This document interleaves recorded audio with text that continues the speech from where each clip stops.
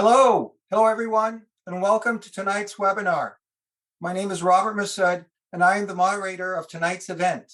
I'm joining you from the ancestral and traditional lands of the Huron-Wendat nations, the Haudenosaunee Confederacy, and the Anishinaabe, including the Chippewas and the Mississaugas of the Credit, the original caretakers of this land. And it remains home to many diverse First Nations, Inuit, and Métis peoples. I also acknowledge that it is not enough to acknowledge the land or to seek only truth and reconciliation. Indigenous brothers and sisters have said, we need to begin, not to end, with restoration.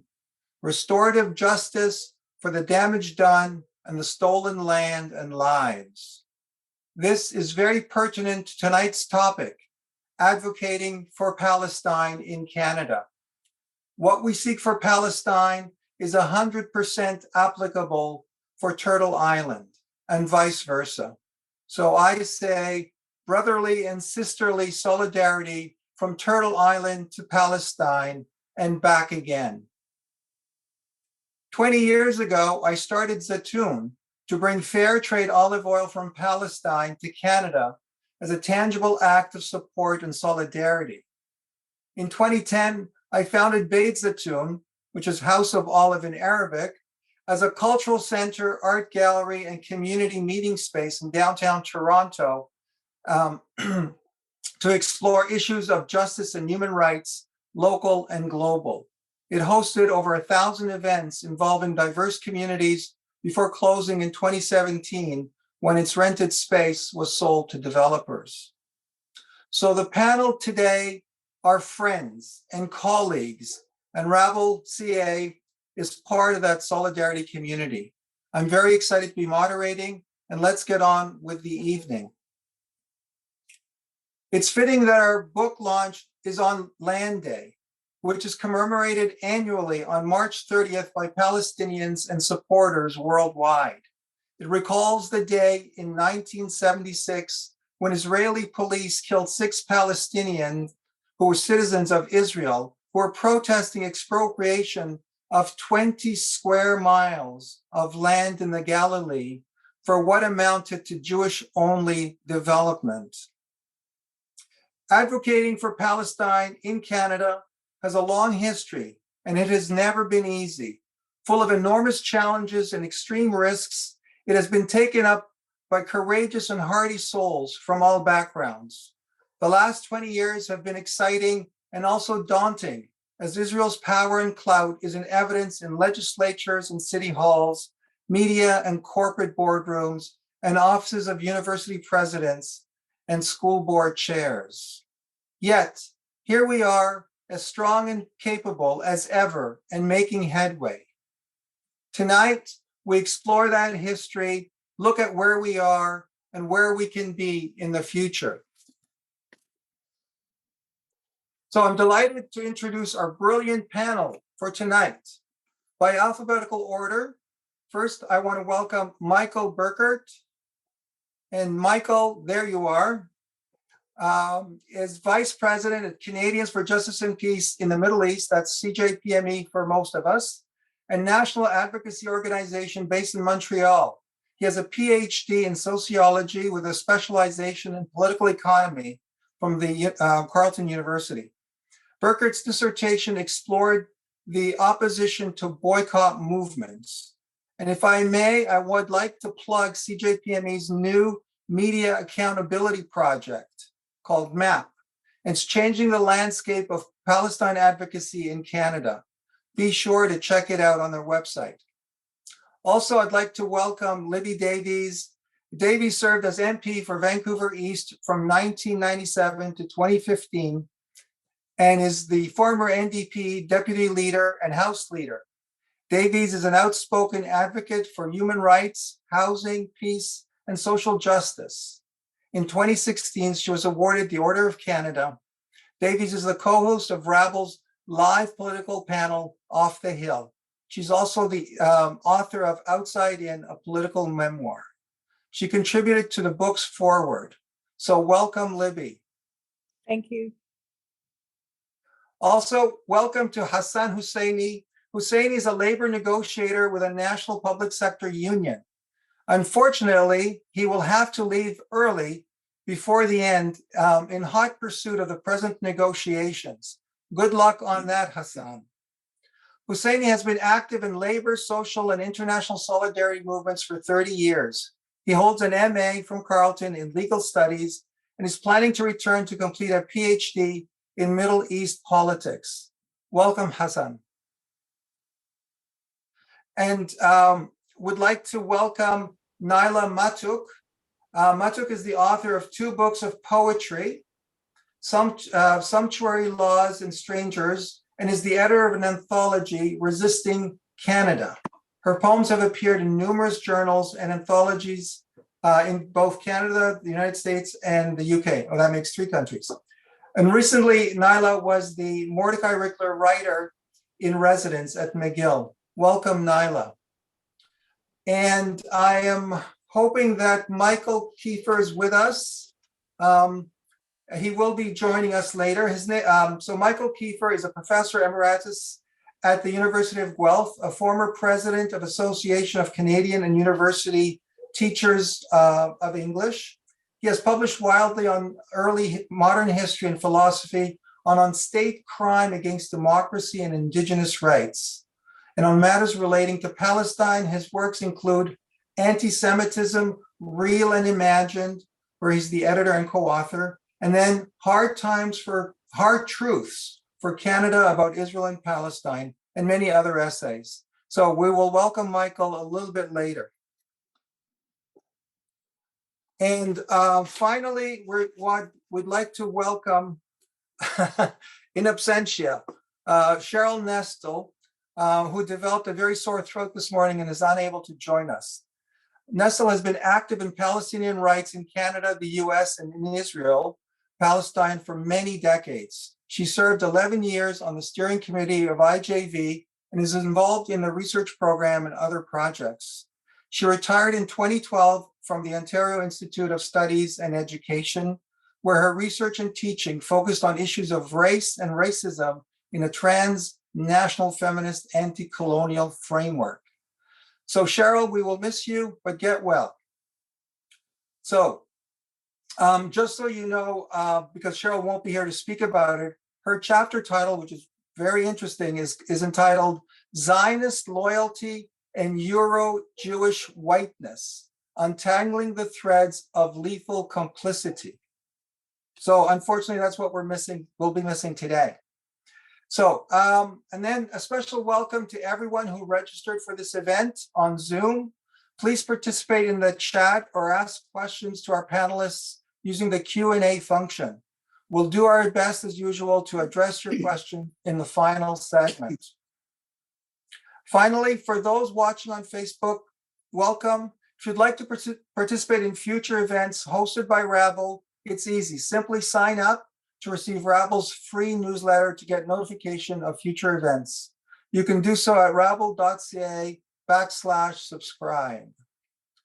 Okay, so that's our introductions. I hope we have a good sense of who our writers are, our speakers, our panelists. We are in for a treat. It's a terrific book, much needed and timely. And I would like to start with Libby, who wrote the foreword to the book. So she should be the first person because it is the foreword. And she will give us her thoughts on the importance of the book, especially in this moment when we see new doors and alliances opening up before us against the extreme right-wing fascism that is developing in Israel. So Libby, please. Well, thank you very much, Robert. And first of all, I'm speaking with you today from the unceded traditional and ancestral territory of the Musqueam, Tsleil-Waututh, Squamish, and Coast Salish peoples. I'm very delighted to be on this webinar, and I very much appreciate that rabble.ca has created the space to allow us to have this really, really important discussion and to help promote this book, because that's what it's about. It's getting the message out there and promoting this book. And so I'm just really happy to be here today. And as Robert has said, I was asked to write the foreword, which I gladly did. And having read the book, first of all, it's a beautiful cover, very bold, very, very, it kind of grabs your attention, which is what you want to have on a book cover. But I was refreshing myself today on the book and looking at actually the introduction by the wonderful editors, Emily Regan Willis, Jeremy Wildman, Michael Buchart, who's joining us today, and Nadia Abu Zara. And one of the things that they say in their introduction is, quote, "This book is about those who have turned their inner fear into solidarity instead of control," end of quote. And I thought, there's many ways to describe this book, but I liked that because it's personal. And I think this book is personal. It's taking a huge political, sometimes controversial, difficult, challenging issue, the right of Palestinians to exist in their own state and to live their lives in peace and justice. And it's bringing it forward in a very personal way. And I think that really resonates with people. I think this book is also about history. It's about struggle and justice and determination, all about advocating for Palestine in the Canadian context. And we don't often see that often, right? I mean, we're so used to international publications from Palestine, from Israel, from the US, from Europe.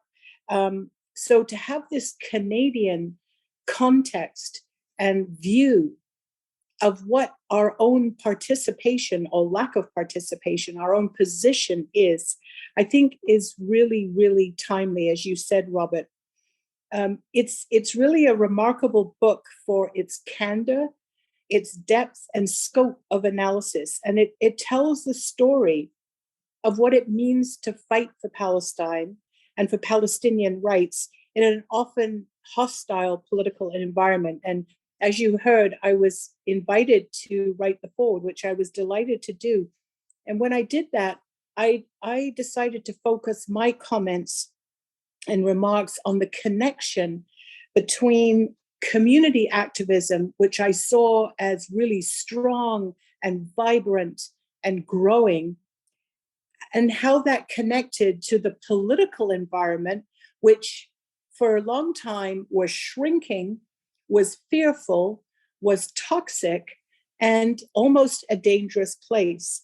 And I wanted to kind of look at those questions because, this is so often an issue in transformative change and how we work for things, is what is that connection between on the ground grassroots political activism and the so-called powers that be, right? The people who make political decisions, whether it's in Ottawa on Parliament Hill, or whether it's, at a local school board where there have been struggles in Toronto and elsewhere, or whether it's on a campus with a university administration.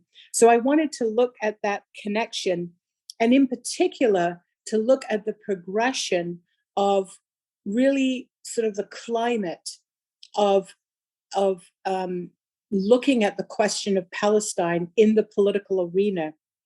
And so what I wanted to do, and what I hope I've been able to do, is show that, really the ups and downs. When I first was a member of parliament back in 1997, the political environment was quite open. We used to host events on Palestine, on Palestine, on Parliament Hill.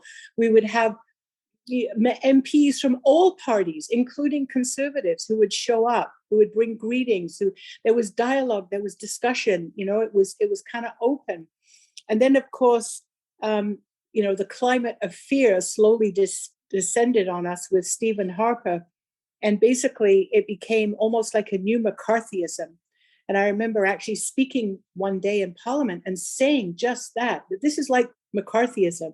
It's like the hostility, the poisonous environment of trying to silence people in the political arena. And so it was that connection between that political environment and the community environment, who were still valiantly working away. And there were groups like CJPME, like Independent Jewish Voices, like the Canadian Arab Federation, who were still coming to Parliament Hill and just sort of like literally battling away one by one, trying to find space to have this important discussion about Canada's role, complicity, and future in what happens in Palestine. So I don't want it to be sort of doom and gloom, because in my comments in this book, I believe that things are changing, and I actually feel quite hopeful, because first of all, this book is a remarkable collection of perspectives that really lays bare the historical and current reality of an illegal and brutal occupation that has crushed and killed thousands and thousands of people, yet it's never succeeded in its goal to eradicate the face of Palestine. It has never succeeded in doing that. So this book that is both educational and necessary, I think it's also inspiring. And I feel that way as well in terms of what is taking place today. Even though it is a very challenging environment, and I know every single person who's speaking tonight and other contributors to this book have personally faced, abuse and charges and allegations of being anti-Semitic, of not being, quote, balanced. This notion that there's balance in between the occupier and the occupied. And that's certainly all true in the political world. And yet, even with that, I do find a sense of great hope that the political discourse is changing in the political arena. And I think that's due in large part to the strength on the ground. Like the number of groups that are emerging, that are working in solidarity with each other in Canada. It is having an impact on the political world. And I really want to make this point strongly, because it's so easy for us to be cynical, right? It's so easy to say, well, I contacted my MP and or I know they don't care, or to read things that have happened. Yet if we don't act, if we don't try to influence that political world, what we're doing in effect is giving space to other people, particularly the pro-Israel lobby, who do have enormous influence and power, to take up that space. We create a vacuum and it just gets taken over. So to me, this is a very important point when we talk about advocating for Palestine in Canada, is to understand that our activism really matters, but it matters because of the way we can connect it to a more formal political world to bring about change. And we need to look at those alliances. We need to look at the allies that we have who are elected. We need to support them. We need to encourage them to keep speaking out. And this has been happening over the last few years. There is definitely a change in the general views. Right now, you see on Twitter, you see statements being put out.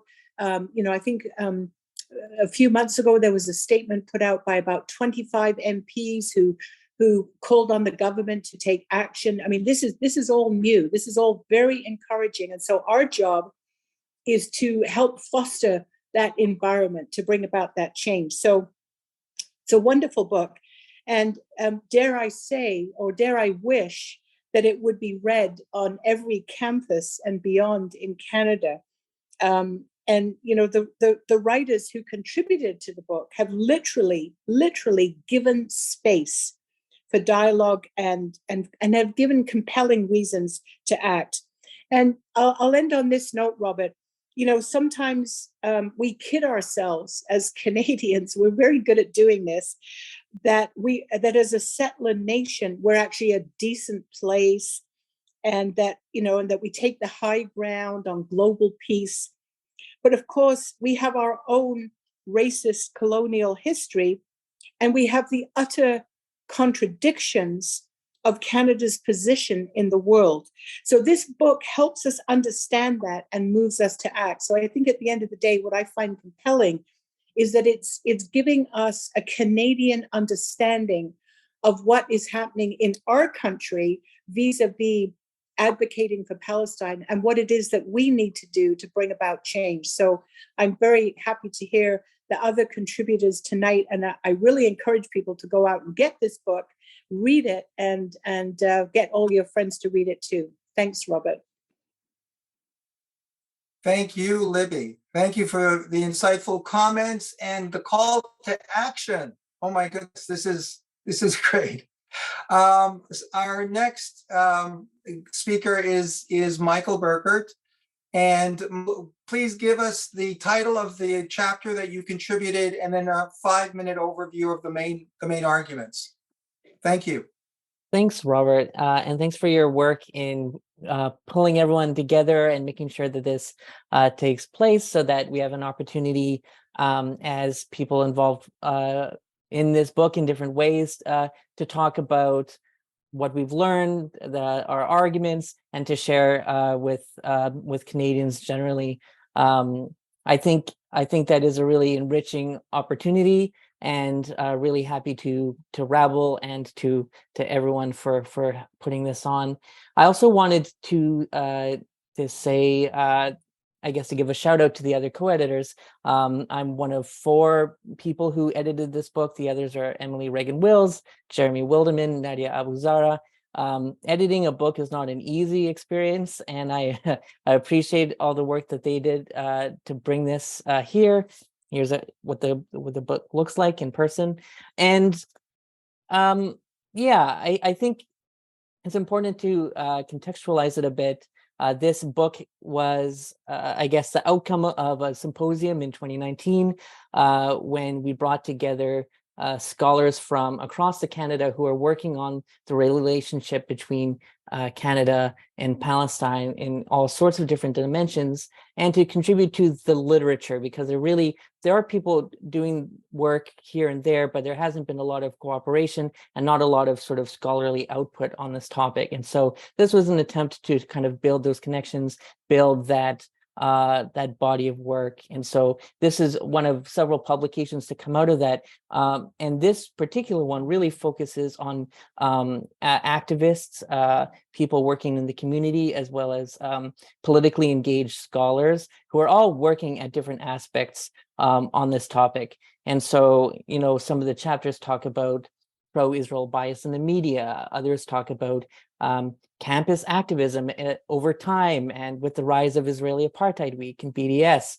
Others will talk about anti-Palestinian racism and advocating in Parliament for Palestine. And I think it's a very diverse set of perspectives, but it's also limiting in that, as sort of one of the first really attempts to put forward a book like this, it's inherently missing out many more, even a greater number of perspectives are not here. And so it's just a first step, I think, in trying to build this literature and to build these conversations. I do have my own chapter in this book as well. It's called Singled Out: South Africa, Israel, and Accusations of Unfair Criticism. And so my chapter actually specifically looks at some of the key concepts that are frequently used by pro-Israel organizations to try to shut down criticism of Israel as illegitimate. These are concepts that many people on this Zoom may be very familiar with. Specifically, looking at the concept of the 3 Ds. You may be familiar with these: demonization, delegitimization, and double standards. These are sort of buzzwords that are very popular. It's a framework that supporters of Israel will use to try to argue that certain criticisms of Israel have crossed the line into anti-Semitism. And so, following the method of the 3D test, any given criticism of Israel is evaluated against these 3 Ds. One is demonization, as when Israel's actions are blown out of all sensible proportion, as they say. The second D is double standards, as when Israel is singled out, or criticism is applied selectively. And then the third D is delegitimization, when Israel's fundamental right to exist is denied. And so if any given criticism of Israel is determined to meet any of these criteria, it's deemed anti-Semitic and therefore illegitimate. Now, this framework is incredibly popular. It's promoted by pro-Israel groups across the political spectrum. Even Prime Minister Justin Trudeau explicitly mentioned the 3Ds when talking about the boycott of Israel and how it was anti-Semitic. It poses a serious challenge for the ability of those of us who are sympathetic to Palestinian rights to criticize what Israel is doing. And these 3Ds are frequently weaponized against critics of Israel's actions. A key example would be last year when Amnesty International came out with a report concluding that Israel is practicing the crime of apartheid against Palestinians as a whole. Actually, the day before that report came out, the main pro-Israel groups put out a statement saying that Amnesty's report had violated these 3Ds, that it was delegitimizing Israel, it was demonizing Israel, and therefore we shouldn't listen to what Amnesty International is saying. What my research shows, however, and what my chapter focuses on specifically, is that very similar claims were made frequently by supporters of South Africa during the anti-apartheid movement in the 60s, 70s, and 80s, in Canada specifically. Like Israel supporters today, Friends of South Africa also believed that their country was being demonized, that South Africa was being singled out for criticism and held to a double standard, while warning that the enemies of South Africa posed an existential threat to the country itself. And my chapter, which is based on my archival work in my dissertation, draws on a lot of examples. I write about the notorious South African ambassador, Glenn Babb. He felt that there was an obsession with South Africa, and he noted the selectivity with which the world singles South Africa out as a special case. He wrote that in the mid-1980s. McGill professor John Shingler wrote that, I think that to single out South Africa on the grounds of either the violation of civil liberties or of institutionalized racial discrimination is a kind of inverted racism. That is to say, he said that too much criticism of South Africa was in fact racist against white South Africans.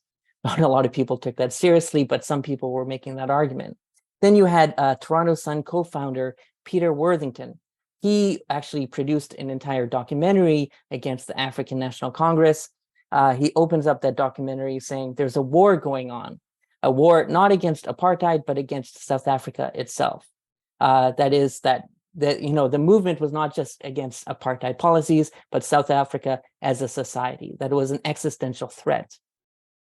And my chapter goes through these arguments in detail, which are very eerily familiar to the claims made by supporters of Israel today through this 3D framework. And the danger of the 3D framework as well is that it's codified essentially into the IHRA definition of anti-Semitism, which maybe we could talk more about in the Q&A if people are interested. But ultimately, I argue that this 3D test that we hear so much about does not provide credible evidence of anti-Semitism, which is what it claims to do.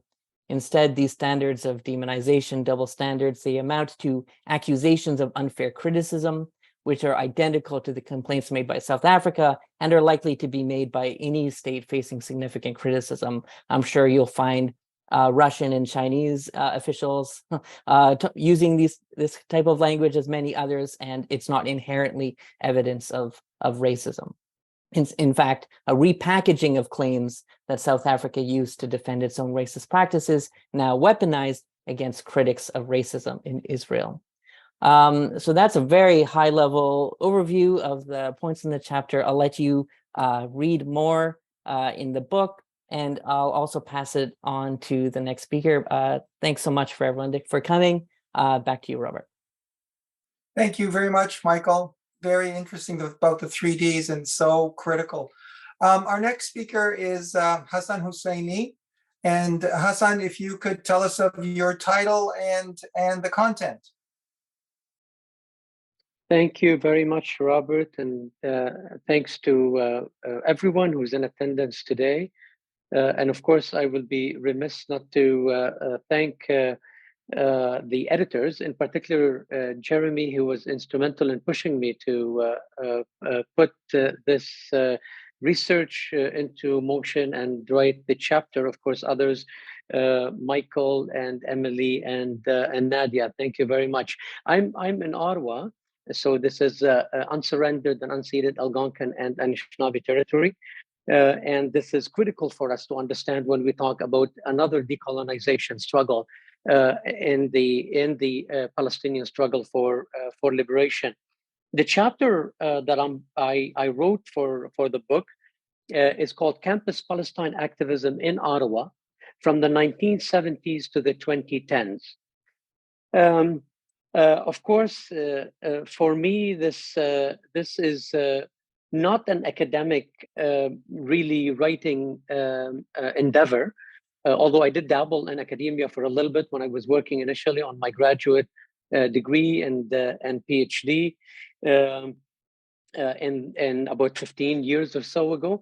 This really, the book itself, the chapter itself for me is the motivation behind it is my own experience of activism at the University of Ottawa and Carleton University campuses in the late 80s, early 90s. Of course, this is a whole struggle of the Palestinian people is not an academic question for me either. I firsthand experienced the brutality of the Israeli occupation growing up in Lebanon under the Israeli occupation and seen it firsthand for what it really is at every ugly level that it manifested itself during the period of occupation of Lebanon. So this is the, of course, the background for me in immigrating to Canada in the mid 1980s. Of course, this is where the story began for me. And fast forward a few decades, and I started noticing when interacting with student activists in the 2015 to 2020 period, I started observing that there is something significantly different in the type of student activism at the two campuses that I was, of course, closest to in Ottawa. And these are the two campuses I was active in and the two campuses that I did my graduate studies at, as well as my undergraduate studies. And so it intrigued me. I wanted to know more, again, from a practitioner's perspective as an activist, rather than an academic. Exactly what are the factors what are, first of all, what are the significant changes that we see in the student movement, its impact on the university community and the broader community, and really wanted to look at it. And I thought that the best way of doing so is to do a comparative analysis of the student Palestine solidarity activism at these two campuses during the 2015 period, where it was at the height of the BDS movement, certainly at Carleton University. I also wanted to compare it with my own experience with student activism in the late 80s, particularly early 90s, but also wanted to go back to the period of I would say, the height of the wave of student activism that came with a wave of new political motivated immigrants from back home, if you will, and that was the mid 70s.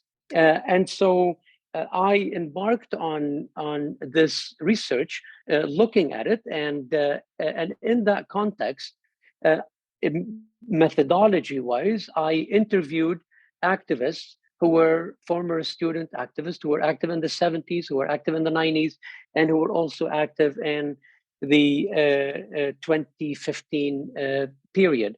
I reviewed a number of other primary material in the form of brochures, videos, leaflets, educationals that they had put on, magazines, publications from them, and of course some of the secondary material that I reviewed as well in the context of the research, centered on some of the more mainstream newspaper and media reports on what was happening on a number of campuses. Of course, there's a lot as to what was going on at the University of Toronto campuses, York University, as well as McGill and Concordia, but I wanted to focus on these two. And it's really important in this context to understand for me, and of course for the readers, hopefully if they haven't read the book, to acquire a copy and read it. It's important to understand that the research itself on these two campuses is a snapshot. In the context of doing this research, I really realized that this is a huge area that has not been tackled at all, academically or otherwise. And it is really missed opportunity for one important reason, because I think that student activism has had a significant impact during the period of their activism on campuses in the community. And by community, if you read my chapter, you'll see that the definition of community changes from the 1970s to the 2015s in terms of how the activists viewed community. Whereas at the beginning, in the 1970s, the community was always a reference to the Palestinian or Arab community. And so their activism was channeled in a dialectical relationship between the community and campus. And that was kind of the base for a lot of these activists. Whereas if you fast forward to the 2015 period, and there was a gradual movement towards that, community for the new activists was the student movement broadly. It was the labor movement that existed on campuses and outside campuses. It was the LGBTQ community, broadly speaking. It was the left. It was a number of other groups, racialized Black students, activists, and Latin American student activists, of course, all of whom were facing the same imperialist onslaught in their own home countries, for instance. And so there was a great deal of affinity that was built, and definitely indigenous communities on Turtle Island who were, of course, struggling for decolonization. So that is really significant, and I wanted to highlight that because the nature of community that these student activists interacted in changed over a period of 30 plus years. I used in the research, and again, I'm going to highlight a few because I do have, unfortunately, as Robert said, I do have to run to another webinar on union mobilization because we're taking strike votes. So I need to get out soon, and I'm sorry about that. In the research itself, when I did it on student activism at these two campuses, the main determinants of the Palestine solidarity movement, and I looked at, were three. One was the composition and type of organizations between the three different periods. Number two, the political orientation and the goals of these movements and organizations. And number three, of course, what I spoke about earlier, the impact on campus and the broader community. And in that context, I will read you just a couple of excerpts in terms of my own observations, because I really do look at this at my research, not to have arrived at conclusions, but rather at some observations, because I'm hoping that this would have been a spark for those who would read it, who would want to continue that research, delve deeper into it, and be able to draw some more concrete conclusions on that. However, some of the conclusions, or the observations that came up with, first is that, of course, after recounting for the cyclical nature of student activism generally, the ebb and flow of campus Palestine solidarity activism on campuses was organically tied to the changing conditions of events on the ground in Palestine and the region. Inevitably, we saw that, and you will see that from different periods that I looked at. Secondly, of course, the composition of campus Palestine solidarity groups changed over these decades, right? These organizations gradually moved from being predominantly new immigrant Palestinian Arab students to ones that are diverse and include second and third generation Palestinian Arab students, in addition to increasing number of anti-Zionist Jews and other Canadians of all backgrounds. And that is really significant. And what's even more significant is that these organizations became increasingly led by women activists, which you didn't see in the 70s, right?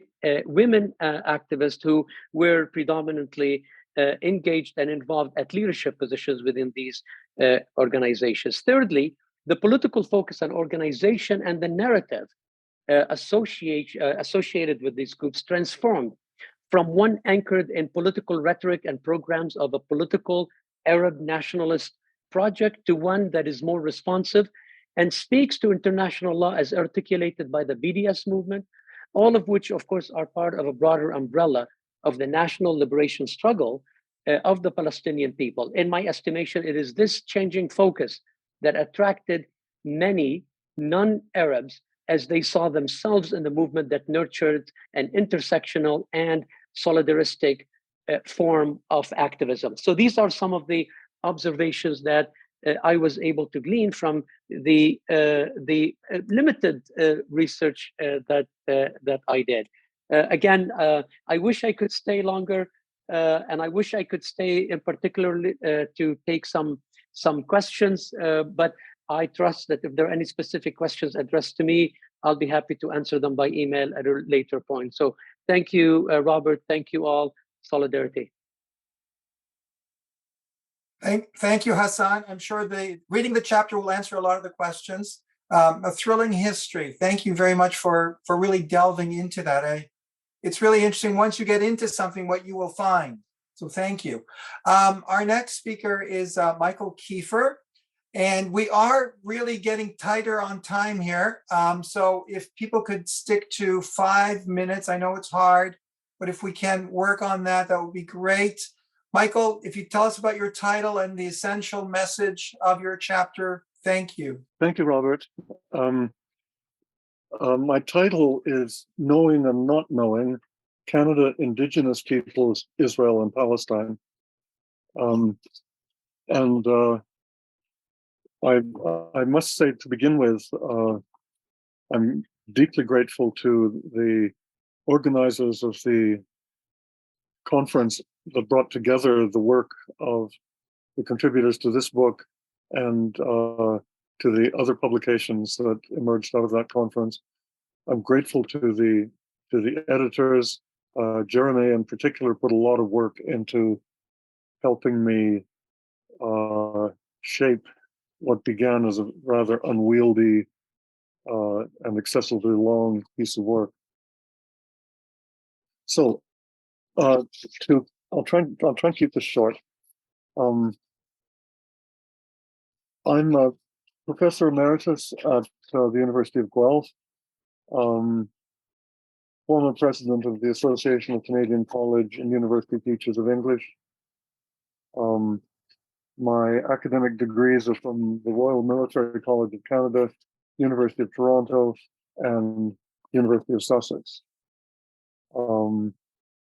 I've published widely on early modern literature and philosophy, but also over the past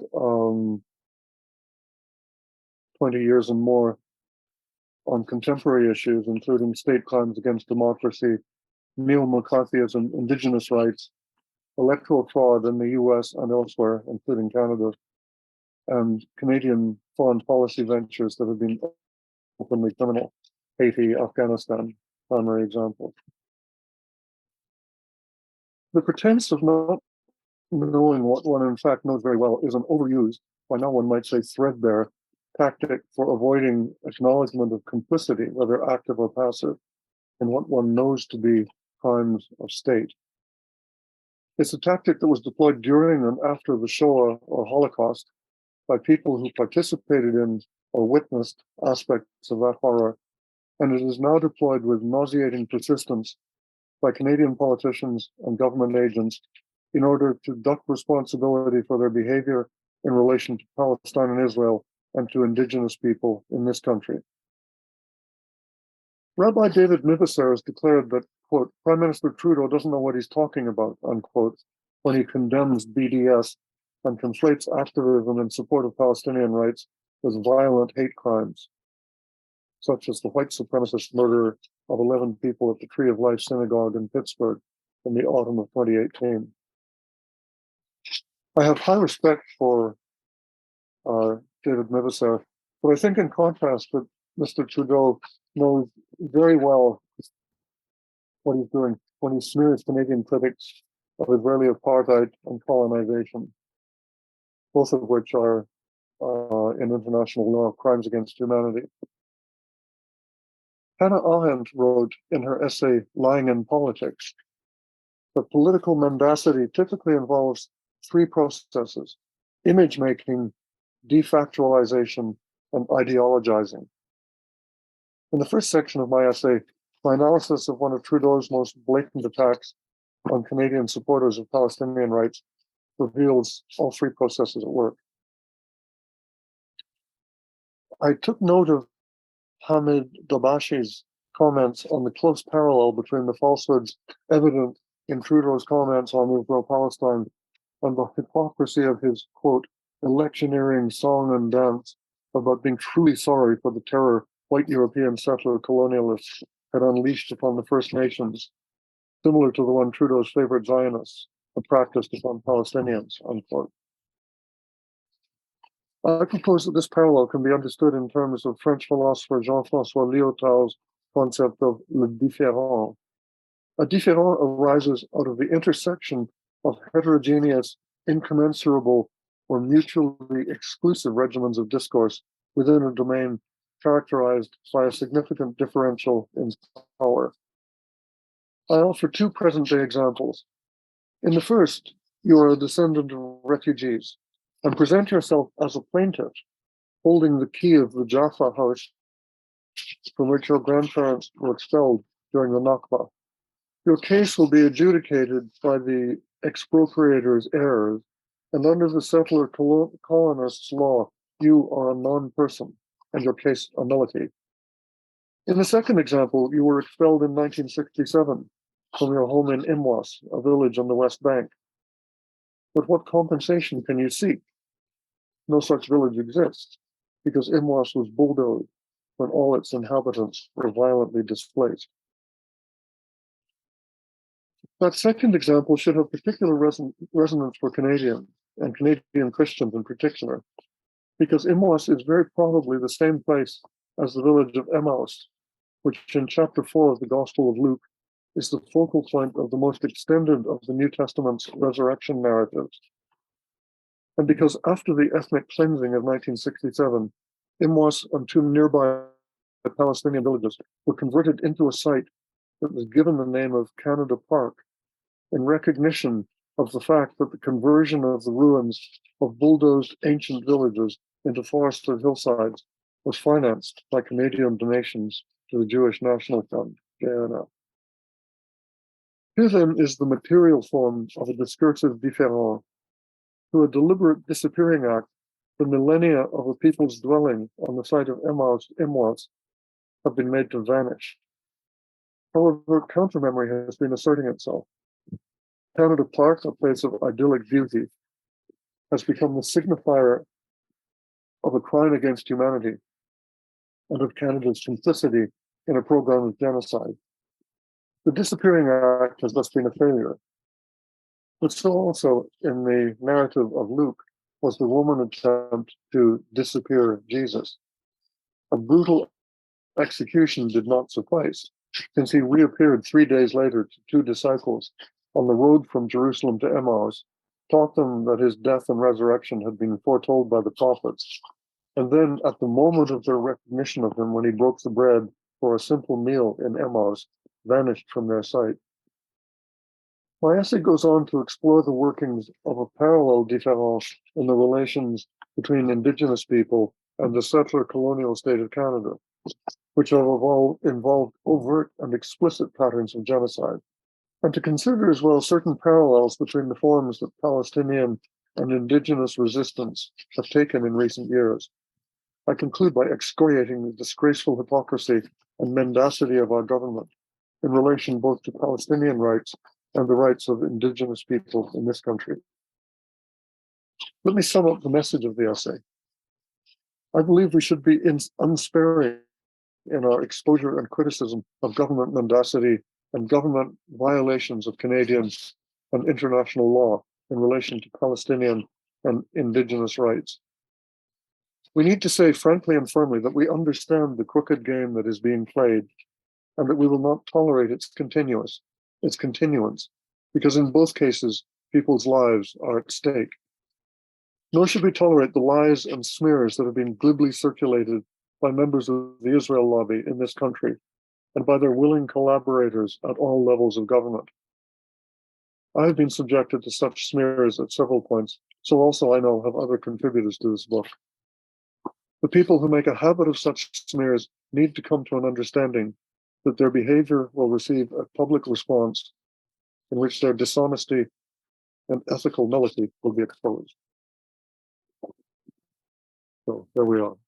Thank you, Michael. Thank you very much for drawing the parallels with Turtle Island. That is so key. Our final panelist participator today is Nyla. Nyla, if you could tell us of your chapter and the title. I love the title. Tell us the title, please. The title is, thank you, Robert. The title is The Elephant in the Room.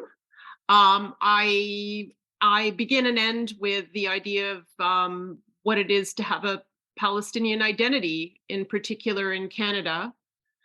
And I guess, sorry, I just want to backtrack for a moment and say that I'm actually speaking to you from Tiohtià:ke, so-called Montreal.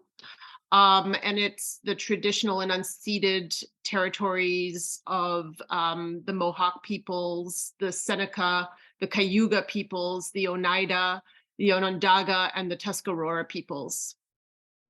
I guess I start out sort of, it's more of a memoir really than it's not a research piece, unlike the rest of the work in the anthology.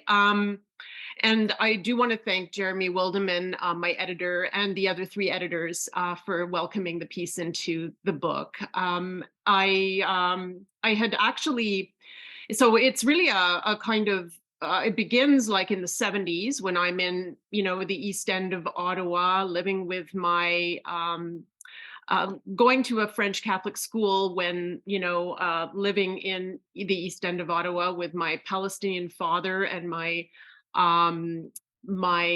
mother from India, who was also of Afghan and Uzbek heritage. And it talks about sort of, watching TV, knowing my father was from Palestine, but not really talking about that with him, and seeing reports from the West Bank of guerrilla warfare and all of the stuff that was going on at that time on TV, and then going to school and, going to a Catholic school and wondering whether, I was like Jesus, because we learned about Jesus being from Palestine, and not really understanding, that like at one point I was told not to really discuss that. And then I started to realize how kind of silenced I was over the years about this identity. And I think that I, didn't realize till many years later that I struggled with not only that identity and the shadowy nature of it, based on sort of the kind of, I suppose, disinformation campaign that was just out there and that continues to struggle out there. I think they're getting pretty desperate now with that. But, at that time, having a sense of not understanding like where my belonging lay exactly. But I continue in the essay and discuss like a bunch of personal interactions I had over the course of a few decades, for example, as an undergraduate at McGill University, the kinds of really quite racist and colonialist sort of conversations I would have even with a professor. I remember a professor saying something along the lines of, basically echoing what Winston Churchill had said about Palestinians. And then continuing on, I talk about, for example, being in Toronto, walking up Bathurst Street and seeing signs for Israel bonds, or, finding out about the Jewish National Fund and what that does, and kind of generally sort of feeling an increasing horror over these things. I guess I really kind of kept quiet about everything until I was stirred to action when I think it might have been in 2013. And I don't think I mentioned this in the essay, but it's important because it's kind of what brought me to more activism. It wasn't so much my identity exactly, but the Quds Day march in Toronto was ruffling a lot of feathers on that side. And I believe a city councillor had sent out letters saying that this was an anti-Semitic event, and I was horrified that I was being called an anti-Semite. I planned to go to that Quds event, and so I went with another activist in person and spoke to my member of provincial parliament about this, and he knew nothing about anything to do with Palestine, Israel, and he was about to, I think, vote on this Quds Day event and vote against it had we not spoken to him and educated him. And I realized it was going to be a job of work to educate pretty much anyone who, I mean, didn't actually interest themselves in Palestine, because Palestine was constantly being suppressed.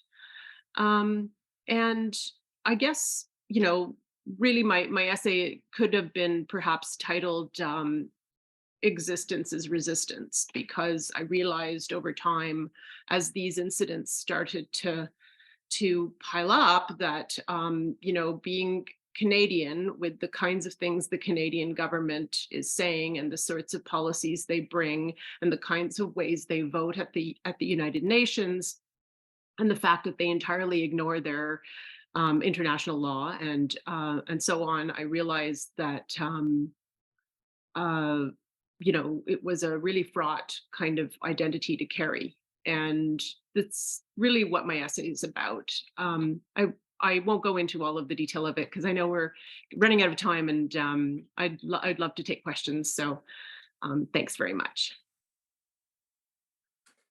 Well, thank you, Nyla. Thank you for bringing that very, very personal aspect to it. I know that every Palestinian has that kind of relationship to their growing up in Canada and their struggles. So thank you very much, panelists, for reviewing your chapters. I just want to tell everybody that there are 5 other chapters in the book to be read, and the sum of the book is just as powerful and valuable as the chapters and the authors that you heard from tonight. I'd like to move to a second part of our evening, and that's just really asking maybe some questions of our panelists that maybe one of them, maybe 2 in some cases perhaps, can answer. And the first question is, what event or experience brought you to Palestine activism? If you can share that with the audience. I mean, I did mention just now about, having marched over to my, MPP's office with another activist to discuss, why a letter was being sent out to say that a pro-Palestine event was anti-Semitic. So, I mean, I was very angry about that. But really what did it for me was the bombardment of Gaza in 2014 and the absolute horror of that. That's really what stirred me to do much more than what I had been doing before, which wasn't a lot. So, thank you, Nyla. Well, Robert, for me, long before I was elected in Vancouver as a city council, where I was very involved in this issue, and then later as a member of parliament for 18 years, my own sort of personal connection, I guess, is that my father was a British soldier in Palestine during the British Mandate in 1948, and he later, when we came to Canada, he became a very strong advocate for Palestine and did a lot of work both in Canada and in the US. And so I grew up with a sort of historical understanding of the role of the British in Palestine, and the historical context. And so it was it was just sort of a natural thing to gravitate to a feeling of solidarity about what needed to be done. And so as a city councillor way back in the 80s, there was a small sort of Palestinian solidarity movement in Vancouver, and I would go and speak out. And then as a member of parliament, it just always felt to me like such an issue of injustice. And I took up other issues as well in terms of international human rights. But this particularly always kind of felt very close to home in terms of this personal connection. And so it's something that I've always stayed involved in. And the more I learned, and the more pushback there was, the more difficult it became. Strangely, I don't know whether it's ironic, but it kind of like made me feel like I had to speak out, right? And that during these times when being branded as anti-Semitic or being told to be silent, it just made me feel like, no, we need to have people in the political arena. And there were other MPs as well. I mean, Sven Robinson is another member of parliament has been very outspoken over the years and a strong advocate there. Alexandra Boularice. I mean, there are other MPs too, and I can think of some senators who were really quite wonderful. Marcel Prudhomme,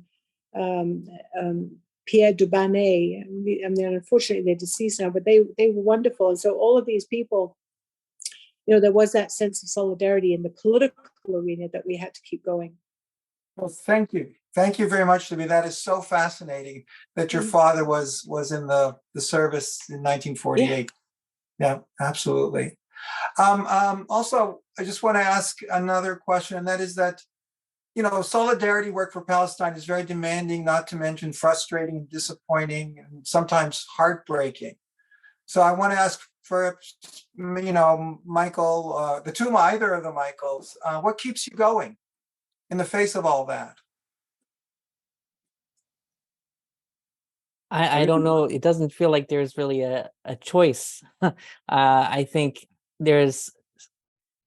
I think a lot of the motivation for doing work comes from this, just this sense of injustice that on the one hand, the more you learn about what is happening, while at the same time learning about how Canada is so uncritically supportive of and complicit in this injustice, it creates a situation where you can't really, the more the harder it would be to stop doing this work. I do want to say though that I actually think that this book, many of the chapters in this book do reflect a kind of optimism. I think the funny thing about books is they take a long time. So I think when a lot of the chapters were originally written 2019, 2020, I think there was some, like a lot of them focus on the attacks on Palestine activists, talk about, how Parliament and Justin Trudeau have condemned the boycott movement. That's a big focus.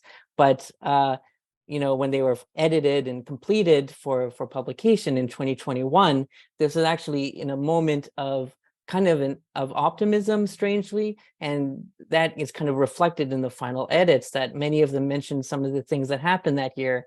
Obviously, what happened in Palestine was terrible in terms of, we were watching the bombing of Gaza. There were protests around Sheikh Jarrah. There was the attack on Al-Aqsa Mosque, but at the same time, there was also this huge movement, this uprising in Palestine that was very inspiring. And in Canada, we actually saw huge demonstrations across the country, like a larger show of solidarity than we've seen before. We saw better coverage of the issue in the media, including more representation of Palestinian perspectives. We saw more politicians speaking out forcefully, including the NDP voted to adopt policies in support of an arms embargo and other sanctions on Israel. So really, for the first time, taking a concrete position for a change to Canadian policy. All of these things were happening, which felt kind of radical and felt like maybe people are waking up, and that's sort of reflected. And I don't know. Also, at the same time that year, Human Rights Watch also came out with a report on apartheid, following some Israeli human rights groups as well. So things were changing a lot, and I think obviously everything is cyclical in a way, but I hope that the book, although it discusses the challenges, it will also point to those moments of change, of positive change, and where maybe yeah, where there has been progress, and hopefully that'll help us to get through sort of the difficult periods, and and look forward to future change, future growth as well. I don't know. That was my attempt to answer your question. Maybe the other Michael has a better answer to that.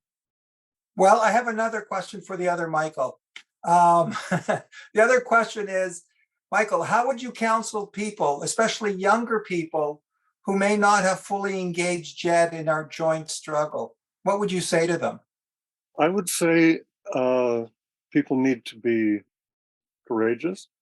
People need to be prepared for vicious personal attacks. I think part of what propelled me into, let's say, activism was one, the influence of my two sons, one of whom does principally journalistic work and was very much involved when he was at Concordia University in 2001, 2002, in the shutting down of Netanyahu's scheduled talk at Concordia. My other son, who's an emergency doctor, was in Gaza in at the time of the 2011-2012 Israeli attack. Was a group of 15 Canadian emergency doctors who had organized themselves to go to Al Shifa Hospital and provide instruction in the most recent cardiac resuscitation techniques to healthcare workers in Gaza. And the timing was good because when the Israelis were bombarding Gaza, and the emergency department in Al Shifa was filling up with men, women, and children injured by really horrendous weapons,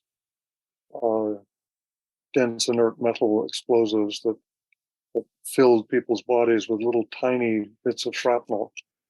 Here were these extra 15 doctors who were there to kind of work around the clock and slept on the floor of the hospital. So I sort of learned from their example. I was also motivated by the kinds of attacks that I experienced. From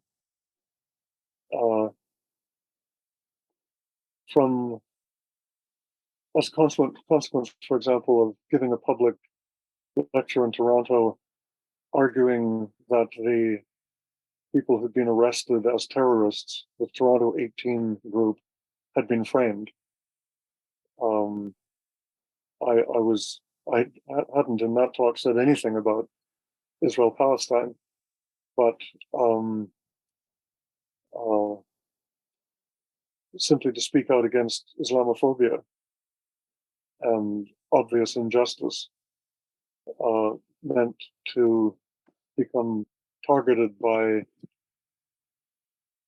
some very nasty people who spent a lot of their time slandering me, urging my university administration to fire me at once.